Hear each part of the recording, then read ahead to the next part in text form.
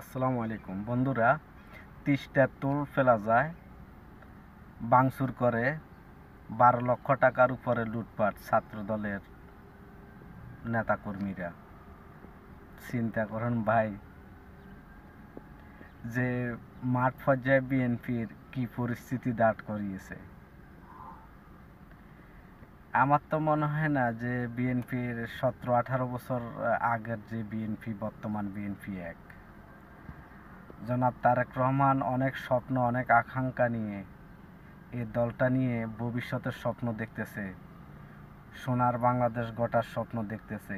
কিন্তু এই বিএনপির নেতা কর্মীদেরকে নিয়ে সে স্বপ্ন কখনো বাস্তবায়ন করতে পারবে না।